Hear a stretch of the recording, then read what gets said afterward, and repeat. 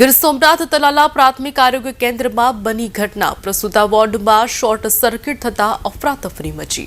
સવારે 8 વાગ્યાના સુમારે બની હતી આ પ્રકારની ઘટના, જ્યાં ઇલેક્ટ્રિક લાઇનમાં એમસીબી પેનલ બોર્ડમાં લાગી હતી ભીષણ આગ। મહત્વનું છે કે પ્રસૂતા વિભાગમાં ધુમાડો પ્રસરતા દર્દીઓ બહાર નીકળી ગયા હતા। શોર્ટ સર્કિટના કારણે આગ લાગ્યાનું અનુમાન છે। ઘટનામાં કોઈ જ જાનહાનિના સમાચાર નથી।